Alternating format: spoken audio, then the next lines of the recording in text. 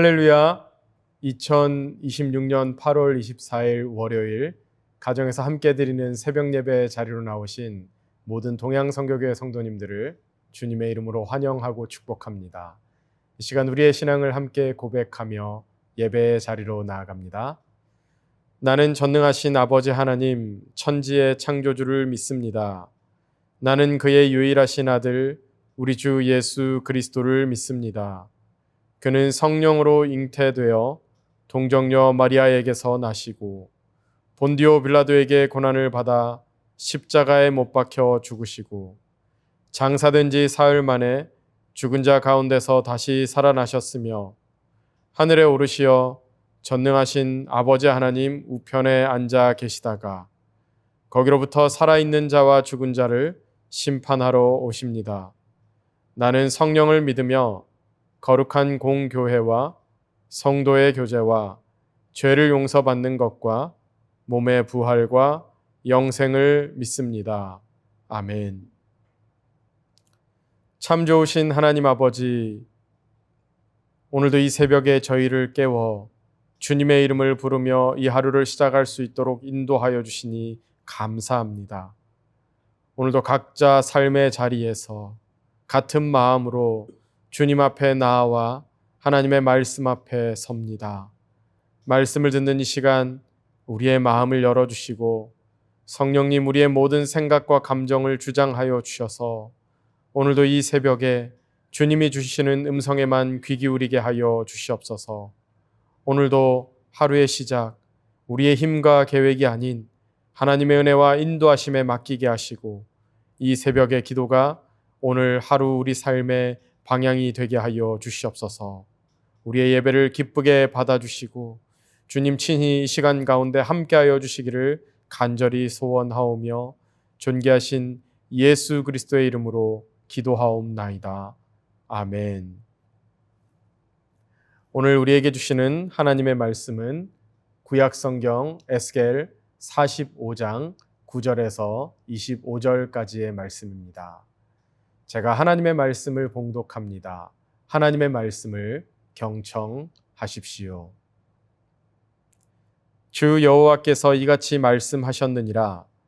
이스라엘의 통치자들아, 너희에게 만족하니라.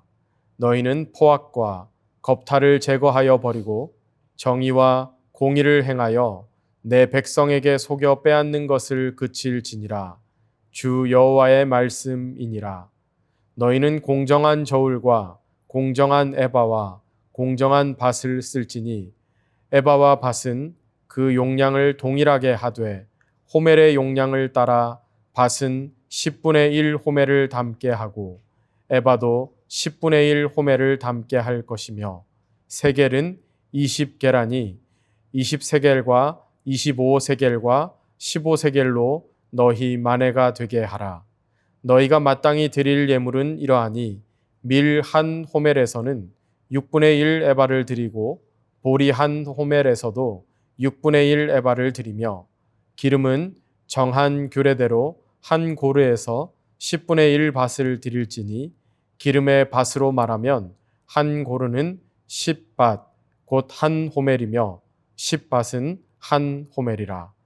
또 이스라엘의 윤택한 초장의 가축대 200마리에서는 어린 양 한 마리를 드릴 것이라. 백성을 속죄하기 위하여 이것들을 소제와 번제와 감사제물로 삼을지니라. 주 여호와의 말씀이니라. 이 땅 모든 백성은 이 예물을 이스라엘의 군주에게 드리고 군주의 본부는 번제와 소제와 전제를 명절과 초하루와 안식일과 이스라엘 족속의 모든 정한 명절에 갖추는 것이니 이스라엘 족속을 속죄하기 위하여 이 속죄제와 소제와 번제와 감사제물을 갖출지니라. 여호와께서 이같이 말씀하셨느니라. 첫째 달 초하룻날에 흠없는 수송아지 한 마리를 가져다가 성소를 정결하게 하되 제사장이 그 속죄제 희생제물의 피를 가져다가 성전 문설주와 제단 아래층 네 모퉁이와 안뜰 문설주에 바를 것이요. 그달 7일에도 모든 과실범과 모르고 범죄한 자를 위하여 역시 그렇게 하여 성전을 속죄할지니라. 첫째 달 19날에는 유월절을 7일 동안 명절로 지키며 누룩 없는 떡을 먹을 것이라. 그날에 왕은 자기와 이 땅 모든 백성을 위하여 송아지 한 마리를 갖추어 속죄제를 드릴 것이요 또 명절 7일 동안에는 그가 나 여호와를 위하여 번제를 준비하되 곧 이래 동안에 매일 흠없는 수송아지 7마리와 수양 7마리이며 또 매일 수렴소 한 마리를 갖추어 속죄제를 드릴 것이며 또 소제를 갖추되 수송아지 한 마리에는 밀가루 한 에바요 수양 한 마리에도 한 에바며 밀가루 한 에바에는 기름이 한 흰씩이며 일곱째 달 15째 날에 7일 동안 명절을 지켜 속죄제와 번제며 그 밀가루와 기름을 드릴지니라. 이것은 하나님의 말씀입니다. 아멘. 할렐루야. 오늘도 하루의 첫 시간을 올려드리는 저와 여러분들에게 하나님의 놀라운 은혜와 사랑이 함께 하시기를 예수님의 이름으로 축복합니다. 우리는 신앙생활을 생각하면 가장 먼저 예배를 떠올립니다. 주일 예배를 드리고 또 새벽 예배 나오고 찬양하고 기도하는 것을 신앙의 중요한 모습으로 생각합니다. 그런데 오늘 본문을 읽다 보면 조금 의아한 장면이 나옵니다. 하나님께서는 성전과 제사에 대해서 말씀하시다가 갑자기 저울 이야기를 하시는 거죠. 공정한 저울을 사용하라. 또 정확한 에바와 밧을 사용하라. 왜 하나님께서는 성전 환상 가운데 시장에서 사용하는 저울을 말씀하고 계시는 것일까요? 그 이유는 분명합니다. 하나님께서는 성전 안에서만의 하나님이 아니시기 때문이지요. 우리가 예배당에서 드리는 예배도 중요하지만 시장에서의 삶도 하나님 앞에 드리는 예배이기 때문입니다. 오늘 이 말씀을 통해서 하나님께서 우리에게 원하시는 삶이 무엇인지를 다시 한번 돌아보는 시간이 되기를 소망합니다. 오늘 본문은 통치자들을 향한 강한 책망으로 시작합니다. 포악과 겁탈을 제거하라. 공의와 정의를 행하라. 왜 이런 말씀이 필요했을까요? 이스라엘은 오랫동안 힘 있는 사람이 약한 사람을 억압했습니다. 재판도 공정하지 않았고 권력은 백성을 위한 것이 아니라 자신의 욕심을 위해 사용되었습니다. 하나님은 그런 사회를 더 이상 원치 않으셨던 것이죠. 그래서 회복된 하나님 나라에서는 가장 먼저 정의가 회복되어야 한다고 말씀을 하십니다. 이어서 하나님은 정확한 저울을 사용하라고 명령하시는데요. 당시에는 상인들이 저울추를 속여서 이익을 남기는 일이 흔했습니다. 겉으로는 조금 차이가 나는 것 같지만 하나님은 그것도 죄라고 말씀하시는 거죠. 이 장면은 아모스 선지자의 말씀을 떠올리게 합니다. 백성들은 안식일에는 예배를 드렸지만 장사가 시작되기만 기다리며 저울을 속일 생각을 하고 있었습니다. 그래서 하나님은 그들의 예배를 기뻐하지 않으셨습니다. 여기서 우리는 유대인들이 생각했던 거룩이 무엇인지 잠시 생각해 볼 필요가 있습니다. 유대인들에게 거룩은 성전 안에서만 지키는 것이 아니었습니다. 하나님께서는 이미 레위기 19장 2절을 모세를 통해서 너희는 거룩하라. 이는 내가 거룩함이다 라고 말씀하셨고 그 거룩은 삶의 모든 영역에서 드러나야 했습니다. 그래서 장사를 할 때에도 정직한 저울을 사용해야 했고 품꾼의 삭슬 속이지 말아야 했으며 이웃을 속이거나 거짓 증언하지 말아야 했던 것이지요. 하나님께 속한 백성이라면 시장에서도 가정에서도 일터에서도 하나님께 속한 사람답게 살아야 했던 것입니다. 그래서 이 저울 하나도 단순한 경제의 문제가 아니라 신앙의 문제였습니다. 사람은 속일 수 있어도 하나님은 속일 수 없기 때문입니다. 우리도 마찬가지죠. 직장에서 정직하게 일하는 것, 약속을 지키는 것, 사람을 속이지 않는 것, 말과 행동의 신뢰를 지키는 것, 이 모든 것이 하나님께 드리는 삶의 예배입니다. 그런데 하나님께서는 여기서 한 걸음 더 나아가십니다. 삶에서 정직하게 살아가는 것만으로는 충분하다라고 말씀하지 않으십니다. 정직한 삶은 반드시 하나님께 드리는 예배로 이어져야 했습니다. 그래서 13절부터는 백성이 하나님께 드려야 될 이 예물에 대해서 말씀을 하시는 거죠. 오늘 본문 13절부터 17절까지는 이제 예물에 대해서 말씀하시는 부분인데요. 백성은 예물을 드리고 통치자는 그 예물이 바르게 사용되도록 책임을 지는 겁니다. 흥미로운 것은 왕도 예배의 책임에서 제외되지 않는다라는 사실입니다. 지도자도 하나님 앞에서는 예배자인 것이죠. 하나님 나라는 어느 한 사람의 신앙으로만 세워지지 않는 것입니다. 온 공동체가 함께 하나님을 섬길 때 건강한 공동체가 되는 것이죠. 오늘 우리도 마찬가지입니다. 교회는 목회자만 예배하는 곳이 아닙니다.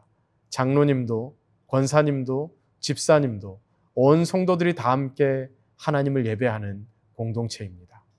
함께 예배하고 함께 섬길 때 하나님께서 이 교회를 세워 가시는 것입니다.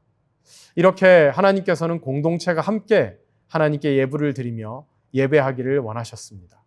그러나 하나님께서 원하시는 것은 단순히 제사를 한번 드리는 것으로 끝나는 것이 아니었습니다. 이 예배가 일회성 행사가 아니라 공동체의 삶 속에서 계속 이어지기를 원하셨던 것이죠. 그래서 하나님께서는 예물을 말씀하신 후에 곧바로 절기를 회복하도록 명령하십니다. 그래서 18절에서 25절까지의 내용은 절기의 회복을 말씀하시면서 유월절과 절기들을 다시 지키라고 말씀하시는데요. 그렇다면 왜 절기가 중요했을까요? 절기는 하나님께서 행하신 구원을 잊지 않도록 하기 위해서였습니다. 사람은 은혜를 쉽게 잊습니다. 그래서 하나님은 계속해서 예배하게 하셨고 절기를 통해 하나님의 은혜를 기억하게 하셨습니다. 오늘 우리에게도 예배는 같은 의미를 가집니다. 예배는 하나님을 기억하는 시간이죠. 그러나 하나님께서 기억하시는 것에서 끝나기를 원하지 않으십니다. 이 기억한 은혜가 월요일의 삶으로 이어지기를 원하시는 거죠. 주일의 예배가 월요일의 정직함으로, 새벽 기도의 은혜가 가정에서의 사랑으로, 말씀의 감동이 직장에서의 성실함으로 이어질 때 하나님께서 기뻐하시는 삶이 되는 것입니다. 사랑하는 동양선교회 성도 여러분, 오늘 말씀을 통해 하나님께서는 회복된 하나님 나라의 모습을 보여주십니다. 그 나라는 성전만 회복된 나라가 아닙니다. 정의가 회복되고 정직이 회복되고 예배가 회복되고 삶이 회복된 나라입니다. 하나님께서는 성전에서는 거룩하고 시장에서는 거짓된 백성을 원하지 않으십니다. 주일에는 찬양하고 월요일에는 속이는 신앙을 원하지 않으시는 거죠. 하나님께서 찾으시는 사람은 예배를 잘 드리는 사람을 넘어 그 예배를 드린 대로 살아가는 사람입니다. 예배하는 손과 일하는 손이 같고 기도하는 입술과 사람을 대하는 입술이 같으며 교회 안의 모습과 세상 속의 모습이 같은 사람이 하나님께서 기뻐하시는 성도입니다.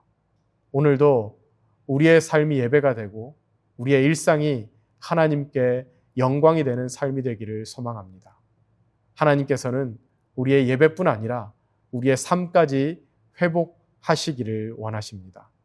오늘 하루도 어디에서 무엇을 하든 하나님께 속한 백성답게 살아가는 저와 여러분들의 귀하고 복된 하루의 삶 될 수 있기를 예수님의 이름으로 축복합니다. 함께 기도하겠습니다. 사랑과 은혜가 풍성하신 하나님 아버지, 오늘 말씀을 통해 하나님께서 원하시는 삶이 무엇인지를 깨닫게 하시니 감사합니다. 우리의 신앙이 예배당 안에서만 머무는 신앙이 아니라 삶의 모든 자리에서 하나님을 드러내는 신앙 되게 하여 주시옵소서. 사람의 눈을 의식하기보다 언제나 하나님 앞에서 살아가게 하시고 작은 일에도 정직과 공의와 사랑을 실천하며 하나님께 속한 백성답게 살아가게 하여 주시옵소서.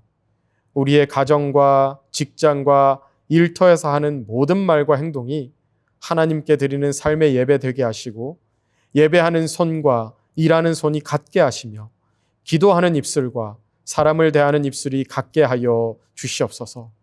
또한 우리 동양 선교교회가 함께 하나님을 예배하며 함께 섬기는 공동체 되게 하시고, 날마다 하나님의 은혜를 기억하며 감사와 순종으로 살아가는 교회가 되게 하여 주시옵소서. 오늘 하루도 우리의 삶을 통해 하나님의 거룩하심이 드러나게 하시고, 어디에서 무엇을 하든 하나님께 영광 돌리는 복된 하루가 되게 하여 주옵소서. 감사드리며 존귀하신 예수 그리스도의 이름으로 기도하옵나이다. 아멘.